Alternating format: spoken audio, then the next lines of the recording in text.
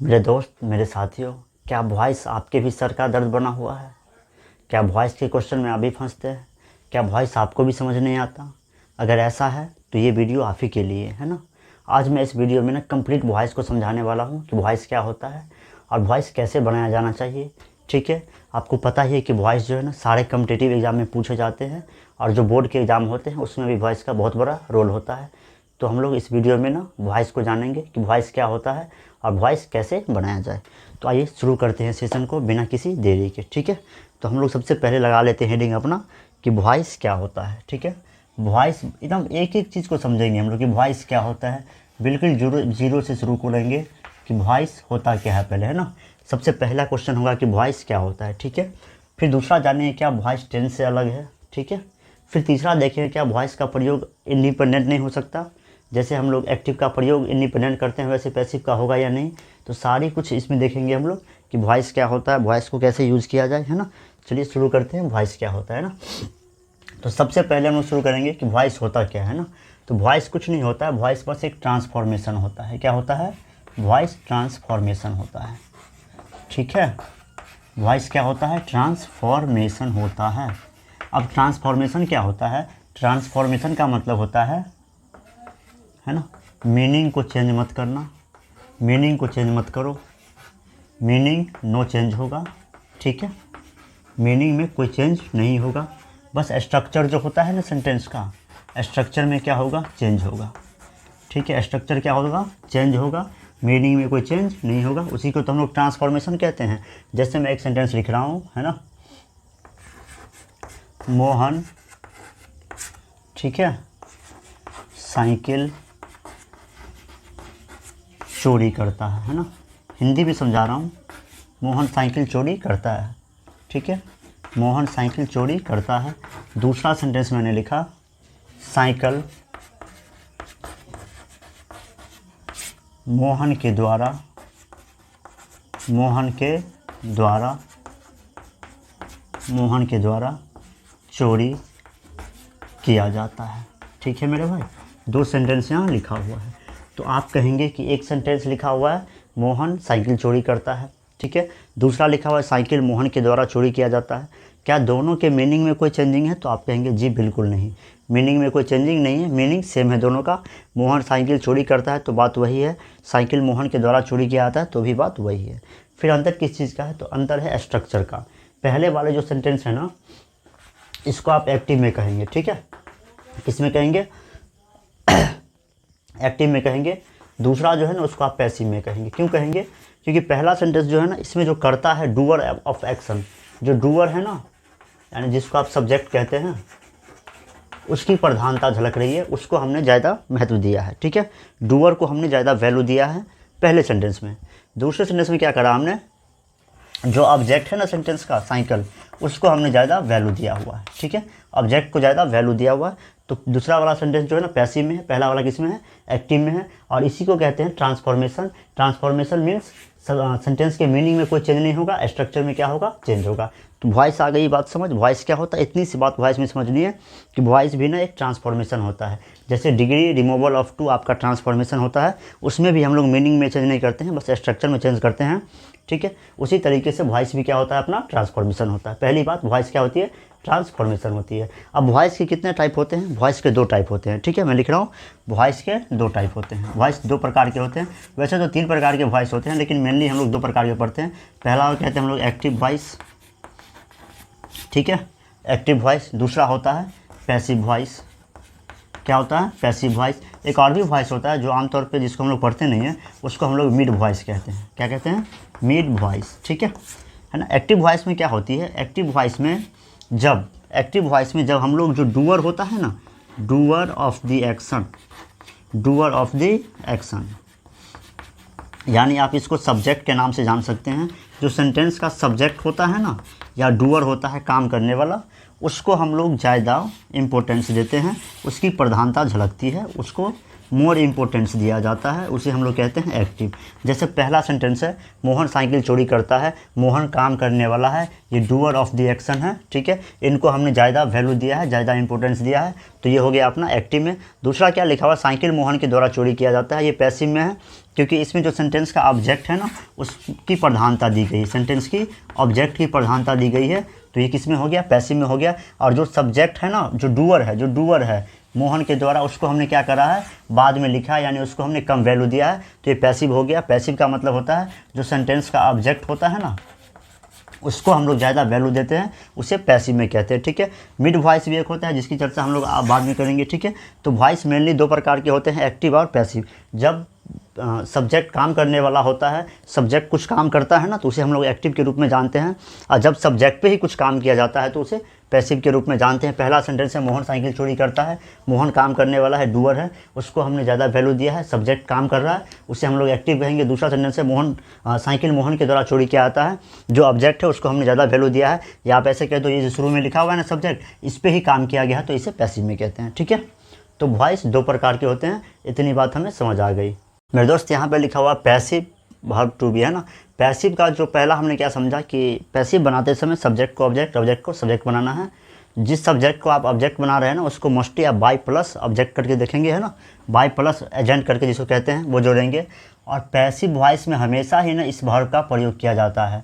जैसे एक्टिव में आप अलग अलग रूप का प्रयोग करते हैं, एक्टिव में आप किसका इस्तेमाल करते हैं, V1 का करते हैं, V5 का करते हैं, V2 का करते हैं, V3 का करते हैं, V4 का, इन सब का इस्तेमाल करते हैं ना। पैसिव में ऐसा कुछ नहीं होने वाला। पैसिव में एक ही रूप रहेगा, वर्ब का जो थर्ड फॉर्म होता है ना, तीसरा रूप, वही पैसिव में हमेशा इस्तेमाल होगा। पैसिव में मतलब चार जो रूप होते हैं वर्ब के, 5 में से 4 उनको भूल जाना है। पैसिव में सिर्फ थर्ड फॉर्म का इस्तेमाल करना है। पहली बात किसका इस्तेमाल करना है, थर्ड फॉर्म का। और इससे पहले वर्ब टू बी होना चाहिए। वर्ब टू बी अगर जानकारी नहीं तो समझ लो, वर्ब टू बी में एक आता है इज, दूसरा आता है एम, तीसरा आता है आर। ये प्रेजेंट टेंस का है, इज एम आर, ठीक है। इसी का पास्ट रूप होता है वाज वर, है ना। और इसी का नॉन फाइनाइट होता है बी, बिन, बीइंग। तो 3, 2, 5, 3, 8 ये वर्ब हो गया। इनका इस्तेमाल होना ही होना चाहिए हर हाल में। और उसके बाद क्या लगाओगे आप, V3 लगाओगे, पैसिव बन जाएगा। पैसिव का इतना ही सारा वर्ब है। जैसे मैं एक दो करके दिखा देता हूँ। आई स्पीक हिंदी, मैंने ऐसा कुछ सेंटेंस ले लिया, रैंडमली लिया हूँ मैं। ये एक्टिव है, क्या है, ये एक्टिव है। तो इसका पैसिव बनाएंगे आप ऐसे, हिंदी को क्या करेंगे आप, सब्जेक्ट बनाएंगे। हिंदी को क्या करेंगे, सब्जेक्ट बनाएंगे। और पैसिव बनाते समय देखो टेंस क्या है इसका, तो आप कहेंगे ये V1 है ना। कौन सा रूप है ये, V1 है। यानी आपने टेंस पढ़ा हुआ है, V1 किसका होता है, सिंपल प्रेजेंट टेंस का। तो सिंपल प्रेजेंट टेंस है तो इज लगाएंगे, हिंदी इज। स्पीक का थर्ड फॉर्म होता है स्पोकन, और क्या जोड़ेंगे, बाय जोड़ेंगे। और इस सब्जेक्ट को क्या करेंगे आप, ऑब्जेक्ट बनाएंगे, बाय मी। पैसिव बन गया। पैसिव कुछ है ही नहीं, पैसिव बनाना सबसे आसान है। आई स्पीक हिंदी एक्टिव हुआ, इसका पैसिव क्या होगा, हिंदी इज स्पोकन बाय मी, ठीक है। पैसिव होगा हिंदी इज स्पोकन बाय मी, है ना। तो इसको हम लोग अब जो है ना ऑब्जेक्ट बना दिए है ना, इसी को हम लोग एजेंट का नाम देते हैं। किसका नाम देते हैं, एजेंट का नाम देते हैं। इसको एजेंट कहते हैं, बहुत सारी किताबों में इसको एजेंट कहा गया है, ठीक है। तो मेरा क्वेश्चन आपसे है, क्या हमेशा ये एजेंट रहेगा, क्या सेंटेंस में अगर बाय प्लस ऑब्जेक्ट लगा हुआ है तो ही वो पैसिव में है, नहीं तो वो पैसिव में नहीं है, ऐसा नहीं है।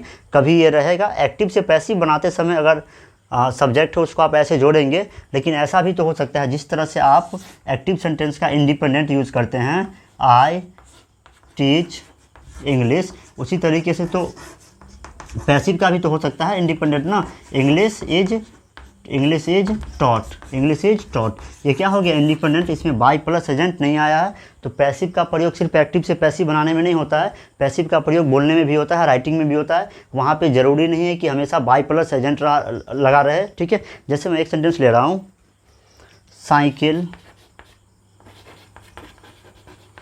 चोरी की जाती है। क्या इसमें कर्ता जो है, डूअर जो है, उसको लिखा गया है, नहीं लिखा गया। बच्चे को पढ़ाया जाता है, बच्चे को पढ़ाया जाता है। क्या ये सेंटेंस है, बच्चे को पढ़ाया जाता है, इसमें ये पैसिव में है, किस में है, ये पैसिव में है। इसको कैसे बनाएंगे आप, चिल्ड्रन आर टॉट, ठीक है, चिल्ड्रन आर टॉट। क्या बाई प्लस एजेंट आया है? नहीं आया। फिर भी किस में है? पैसिव में है। तो पैसिव का भी प्रयोग हम लोग इंडिपेंडेंट रूप से कर सकते हैं। ऐसा नहीं कि एक्टिव से पैसिव ही बनाना है, पैसिव का भी प्रयोग स्वतंत्र रूप से होता है और आप कर सकते हैं। ठीक है, तो अब हम लोग क्या करेंगे, बारी बारी से एक एक टेंस को ना एक एक टेंस का पैसिव बनाएंगे। सिंपल प्रेजेंट का, प्रेजेंट कंटिन्यूअस, जितने भी टेंसेस होते हैं सबका पैसिव अब बनाएंगे। मेरे दोस्त, मैंने लिया है सिंपल प्रेजेंट टेंस का एक्टिव और passive.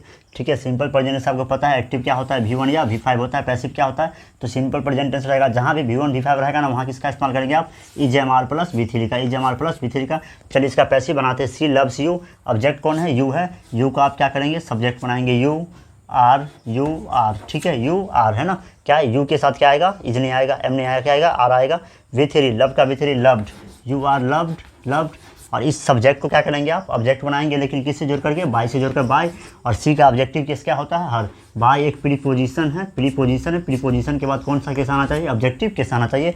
You are loved by her. दूसरा है मोहन स्पीक्स हिंदी। ठीक है, Mohan speaks Hindi, Hindi is spoken by, ठीक है, Mohan. Hindi is spoken by Mohan. तीसरा क्या हमने लिया है, राधा टीच यू। तो यू को क्या करेंगे आप, सब्जेक्ट बनाएंगे, you are taught by Radha, you are taught by Radha. ठीक है, अगला है ही डज नथिंग। ये ऑब्जेक्ट है, ये सब्जेक्ट है और ये वर्ब है ना। तो नथिंग को क्या करेंगे हम लोग, सब्जेक्ट बनाएंगे, नथिंग सिंगुलर है, इसके हिसाब से इज आएगा। नथिंग इज डज, इसका V3 क्या होता है, डन बाय। ही है, ही को क्या करेंगे हम लोग, हिम करेंगे ऑब्जेक्टिव केस में ना। तो ये सिंपल प्रेजेंट टेंस का एक्टिव से पैसिव मैंने बनाया, 4 सेंटेंस लिया था। अच्छा, नेगेटिव कुछ रहेगा, जैसे he does not help me, है ना। अगर ये नेगेटिव आ गया तो कैसे बनाएंगे हम लोग, तो नेगेटिव बनाने के लिए आपको पता है कि हम लोग नॉट का इस्तेमाल करते हैं। किसका इस्तेमाल करते हैं, नॉट का इस्तेमाल करते हैं। और नॉट से पहले क्या चाहिए अपन को, एक हेल्पिंग वर्ब चाहिए होता है। नोट जहाँ भी आपको इस्तेमाल करना है ना, तो नोट से पहले आप एक हेल्पिंग वर्ब का मस्ट इस्तेमाल करो। तो ये सिंपल प्रेजेंट टेंस है, इसका वर्ब V1 V5 होता है, लेकिन जब इसका नेगेटिव हम लोग नोट लगाते हैं ना, तो इसके हेल्पिंग वर्ब के रूप में हम लोग डू या डज का इस्तेमाल करते हैं। डू प्लूरल होता है, डज क्या होता है, सिंगुलर होता है। तो ही के हिसाब से हमने डज का इस्तेमाल करा। नॉट हेल्प मी, ये क्या बना हुआ है, ये नेगेटिव बना हुआ है। तो नेगेटिव का पैसिव बनाते समय हम लोग भी कुछ नहीं करेंगे, इसका पैसिव भी कैसा बनेगा, नेगेटिव ही बनेगा। मी को हम लोग सब्जेक्ट बनाएंगे, लिखेंगे आई, क्या लिखेंगे, आई के हिसाब से क्या आएगा, एम आएगा, आई एम।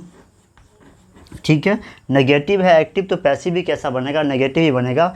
तो नोट यहाँ लगा है तो वहाँ भी नोट लगेगा। अभी मैंने बताया नोट का इस्तेमाल हेल्पिंग वर्ब के बाद होता है, तो ये भी क्या है, हेल्पिंग वर्ब ही है। आई एम नॉट, ठीक है। हेल्प का V3 लगाएंगे, हेल्प्ड